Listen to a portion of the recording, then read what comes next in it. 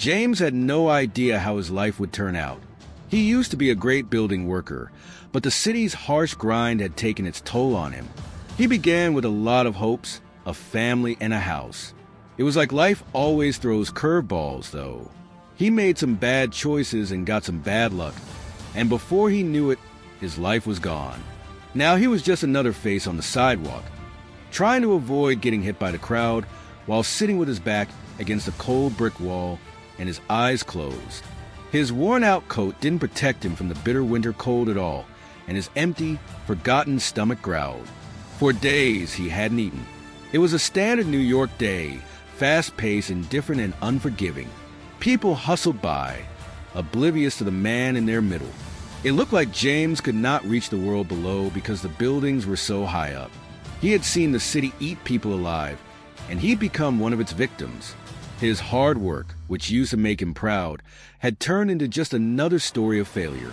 But on this day, something felt different.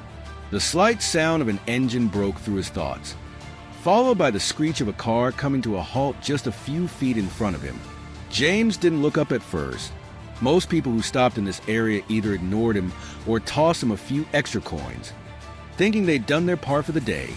But this time, the sound was too close to ignore. The car door opened and a figure stepped out. James heard the sharp click of a high heel against the concrete, the rustle of a suit jacket. A tall guy with unmistakable blonde hair walked toward him, his steps purposeful. James froze for a moment.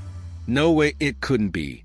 The man smiled down at him, his eyes watching James with an odd mixture of curiosity and determination. "Hey, you look like you could use some help," the man said, his voice clear. It was Donald Trump. James blinked, unsure of what to make of this. He had seen Trump on TV countless times in the headlines and even in person at a distance during rallies, but never had he thought the billionaire would stop to speak to him, of all people. "I'm fine," James muttered, trying to shield his face from the stranger's look. He didn't want charity, especially not from someone like Trump. The last thing he needed was a rich man feeling sorry for him. He didn't want charity, and he certainly didn't want someone telling him of just how far he'd fallen. Trump raised an eyebrow, clearly not satisfied. "I don't think you are. You've been here a while, haven't you?" He glanced at the street, his attention momentarily distracted by the constant flow of people, before returning his look to James. "Listen, I know what it's like to have nothing, and I know what it's like to climb your way back up. It's not easy, but you can do it. You just need a shot." James could hardly believe his ears. He wanted to tell Trump that guys like him didn't get shots, especially not from rich businessmen in fancy suits. People like him were invisible, ignored, dismissed. But there was something about the way Trump spoke. He wasn't condescending or dismissive, but weirdly almost encouraging. "I'm offering you a chance, James," Trump said, as if reading his mind. "I'll help you get back on your feet, but only if you're ready to take it." James was taken aback. "You know my name?" Trump shrugged, his face unreadable. "I know a lot of things about people. It's my business. But let's get to the point. Come with me. I'll get you a hot meal and a place to stay for the night. If you're serious about turning things around, I'll get you a job, too." James didn't know what to say. He had spent so long refusing any kind of help, too proud to accept charity and too jaded to believe in second chances. But here was someone offering exactly that. It sounded almost too good to be true. "I can't just go with you," James said. His voice cracked as he looked up at the stranger, at Trump. "Why would you do this?" Trump smiled, his tone turning serious, almost fatherly. "I don't like seeing people waste away. No one should be left behind, especially when there's a chance to turn things around. I've seen people fail. I've seen people succeed. And I know what the difference is. It's having someone in your corner when no one else does." For a long moment, James stayed quiet, wrestling with his pride and disbelief. But something shifted. The words were simple, but they carried weight. He had nothing left to lose. Maybe, just maybe, this was the break he needed. "I don't know what to say," James answered.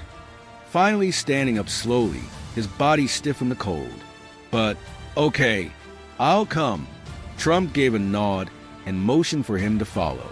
That's the spirit. Let's go, James. We've got work to do. The next few months felt like a dream to James. With Trump's help, he was able to get back on his feet in ways he never thought possible. Trump made sure he had everything he needed to get started. A safe place to stay, good clothes, and even a job working in one of Trump's buildings.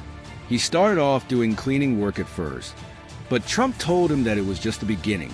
If you want to move up, you can, Trump had said. It's all about attitude. If you show up every day, do the work, and keep learning, you'll get there.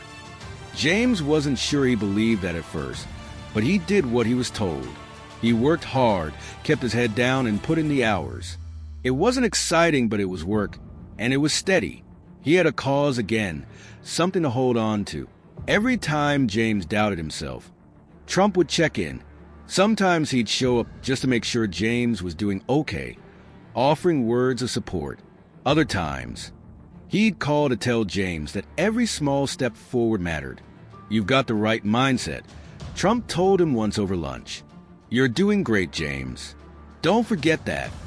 James had never expected to hear words like that from anyone, let alone the man who had once seemed so far removed from his world. But through Trump's support, James understood that the difference wasn't just about money or status. It was about someone believing in him when he hadn't believed in himself. A year later, James stood in front of the same spot where he had first met Trump. The city was still the same, but James had changed. His clothes were cleaner, his stance straighter. His heart, once heavy with despair, now carried a quiet sense of pride.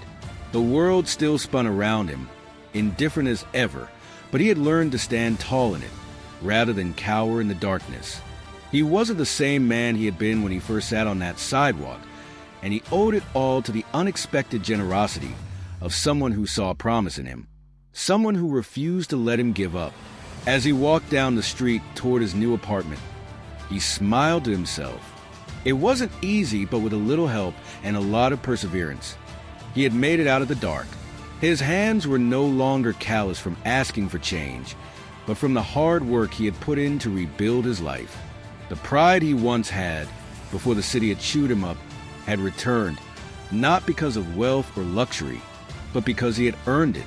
And as for Donald Trump, he stayed a figure of controversy, a symbol of wealth and power.